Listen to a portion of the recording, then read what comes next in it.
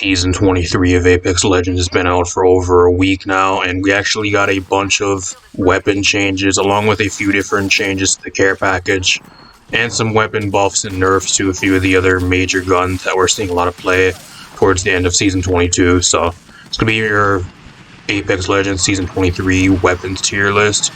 Keep in mind, I'm not going to be doing a tier list for like any of the Void Relic event stuff, for the Void Relics and like your casual pubs games. This is going to be for like your regular battle royale, so like your ranked, and if they bring back quads, well, hopefully it's just like normal game mode. So like just in general, like your actual like normal weapons without like any of the relic weapons. So keep that in mind. If you guys missed my other video I actually did about a week ago now, this video is a little bit late, but if you guys my Legends tier list, I'll leave a link to that at the end of the video if you guys want to go check that out. Decided to do a weapons tier list. I originally wasn't going to do this video, but I did the Legends tier list. I said if it was going to do very well, I will do a weapons tier list, and it did a lot better than I thought I was going to. So appreciate you guys' support on that video. So I'm going to get right into this. Like I said, it is completely 100% opinionated. If you guys want to let me know your guys' own list down below, if there's something I do not explain or you guys don't agree with me on as well. If you guys want more clarification, go in the comments down below, let me know. But it's going to be mainly for like your average tier players, for like your silver up to like mid tier, high tier plat. That's kind of what this weapon tier is going to be for, because that's kind of what the ranks I kind of play at. So it's not going to be for your pro players, it's not going to be for like your no life 24/7 sweats that just play like one or two weapons and like can literally just destroy an entire lobby running two separate weapons. I'm not going to do that type of stuff with this list, so keep that in mind. I'll throw the list on screen for you guys right now. We're going to go through each tier. We're going to be going from F tier all the way up to S tier, so keep that in mind. I don't know if I'll throw the entire list on screen, because I'm just going to kind of go based off of what I would have ranked. I'm not going to like go rank everything individually. I'm just going to go through each tier for you guys. So leave a like, subscribe to the video, top right into this.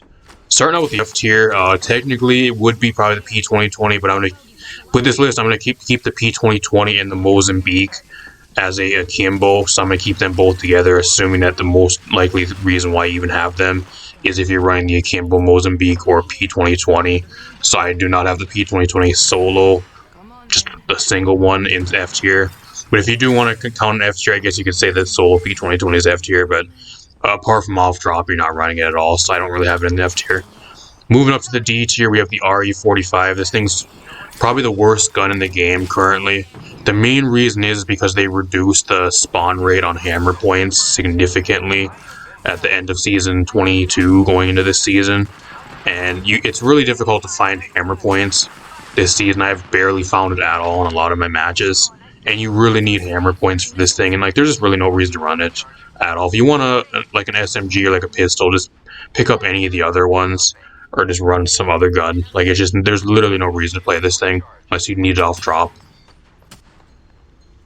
C tier is more situational weapons. If you're really good with these weapons, if you really want to run them, you can maybe. But there's really no reason to use them currently, and that's the main problem with them. That's why they're kind of this low. You have the Akimbo P2020s, the Alternator, the 3030 Repeater, and the Devotion. The Devotion actually got taken out of the, I think it was in the care package. You got put back onto the ground loot for this season. The main issue is it still requires a lot of attachments, and it's just so ammo hungry. And if you're running half your ammo as energy ammo for your entire inventory, you're just putting yourself at such a disadvantage for like a more of a mid-tier gun, and it's just not that worth. 3030 Repeater is probably the worst marksman in the game out of all of them currently. The main issue is the reload. I think that's the main problem with it. It just takes so long to reload. It doesn't have the, I think it was the dual, I forgot what the actual, it was a pop-up it used to have where I think it was boosted loader or like double loader or whatever it was. You'd be able to load 2 ammo at a time, which it no longer has. It's decent if you can't find any other marksman weapon, but if you want a marksman, you just pick up any of the other ones currently if you can find them. That's the main problem with it. And its damage is kind of mid. Like if you got a full charge shot and land headshots to do reliable damage, otherwise it's kind of more of, I wouldn't say it's like bad damage, but it's kind of more situational type stuff where, like, if you're not landing headshots, you're better off just running a lot of the other marksman weapons, or even like a sniper rifle with how bad the reload is. The alternator, the main problem with the alternator is it doesn't have disruptor rounds anymore. It just lacks damage. It's really easy to use. Like, I see myself running the alternator a lot, actually, because it's just really easy to use. But there's really no reason to run the alternator currently, just mainly because it just lacks damage. And if you don't have it fully kitted, you're not really doing that much with it, and like off drop, it's just not really the greatest. You need it fully kitted to actually do stuff with it, and that's the main issue with it. There's just no reason to really run it.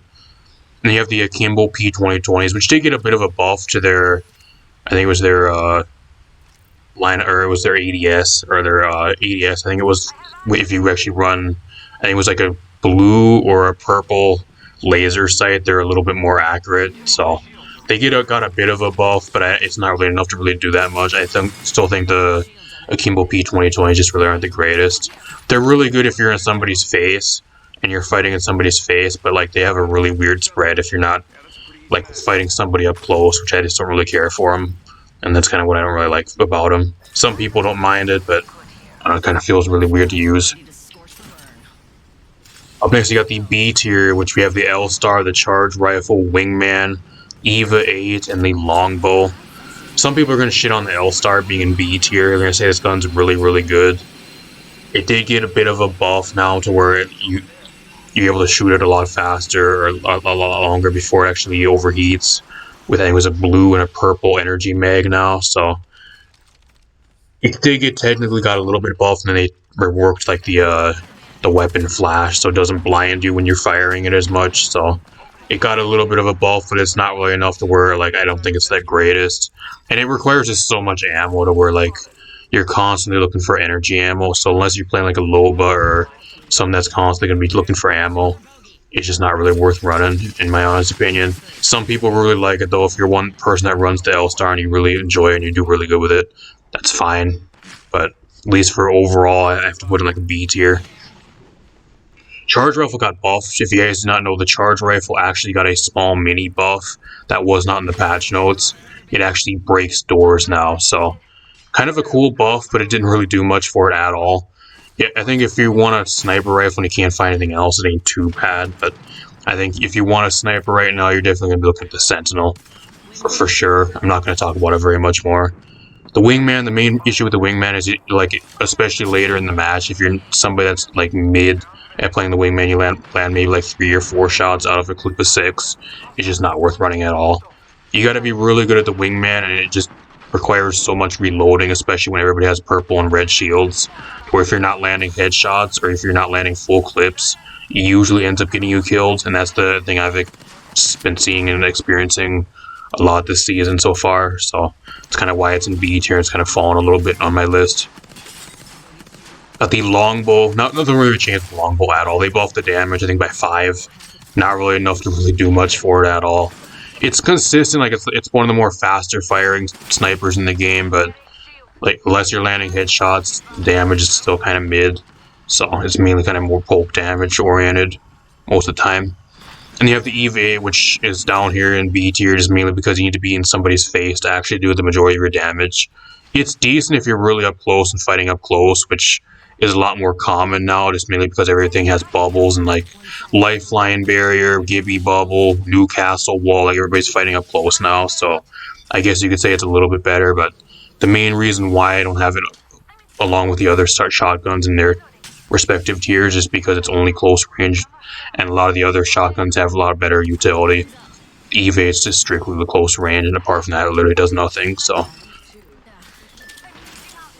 Next, we got the A tier, the Nemesis, the Prowler SMG, the Car SMG, and then you have the G7 Scout.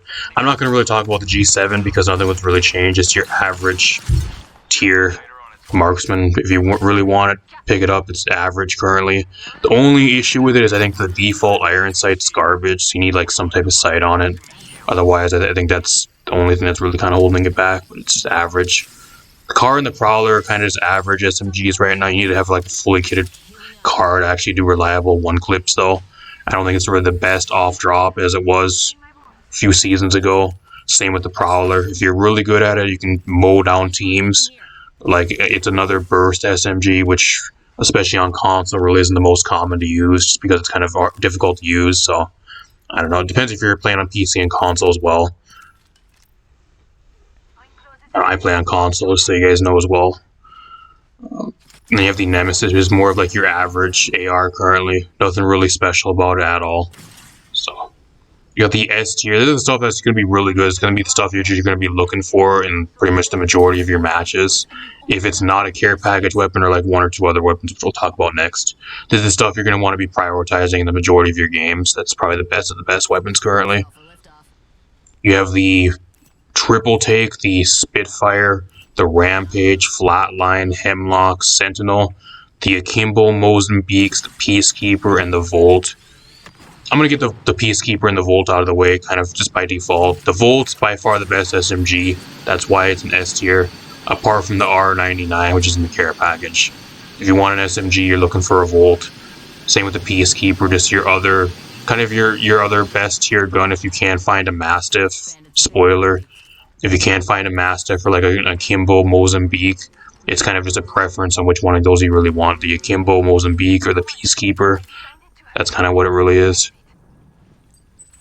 Sentinel there is the best sniper in the game. They made it so you charge it up with the shield cell now, and it actually lasts a lot longer as long as you're shooting it. So you get a lot more uptime with a fully charged Sentinel now, which is huge, and just does a fuck ton of damage. Really, really good. I think the Sentinel's really slept on this season. I don't know how many times I've gotten like fucking one-shotted by the fucking thing across the map with like a full charge shot by somebody already. I've seen a lot more Sentinel being played this season. I think it's really, really good. Hemlock and Flatline just kind of come down to preference, which one you really want, which depends which one you're better with. Because they're both kind of the same, but they're both still really, really good. As for the LMGs, if you want an LMG right now, you're either picking the Rampage or the Spitfire. They buff the Spitfire's damage from 18 to 19 per pellet, and then they buff the Rampage for this season, actually. They buffed it up so where you can actually, when you're firing it, so you actually get more value out of a fully loaded thermite. When you're loading it up with a thermite, it lasts longer as long as you're firing it. The only downside is if you're not firing it, if you have like a thermite loaded into it, it doesn't last as long. It only counts if you're actually actively firing the gun. So you get more damage and like more uptime out of a thermite, and actually that way. But like if you're just running around, just have it fully charged, just walking around looking for somebody to fight, it does not last as long. So it's kind of like overall it's more of a buff for the gun. But if you're somebody like me that likes to have the Rampage like fully thermited and ready to go most of the time, just in case you get jumped by somebody, or if you're looking for a fight, it doesn't last as long, which kind of sucks. But having it last a lot longer in like a gunfight is just way better even still. So kind of why it's an S tier. And by far the best marksman is the Triple Take currently, apart from like care package weapons. So if you guys are looking for a really consistent marksman, the Triple Take is what you're going to be looking for currently. Really, really good damage. They buffed this patch, so the spread's a little bit better on it currently. So if you're aiming down sights, I think the choke's a little bit easier to control or something. I forgot what actual buff what it was, but it was something with either the ADS or the choke, I think is what it was for the spread for the weapon. But overall, it's literally just a damage farmer. That is what this thing really is. Really easy to use, and it just does a shit ton of damage. Probably by far the weapon I go for the most in a lot of my matches because it's just so consistent. And we have the SST. There's all the weapons that you're going to be picking up no matter what. If you're going to find these weapons, I think these are the best that are currently in the game. You have the Mastiff, the R301, and then all the care package weapons being the Kraber, the Devoker, the Havoc, which actually got put into the care package for this season, the R99, and then the Bocek, which is still in the care package. I'm hoping this next season it gets dropped onto the floor loot again. I miss having the Bocek and floor loot. It's been forever. Really sad that didn't happen this season, but hopefully it does for season 24.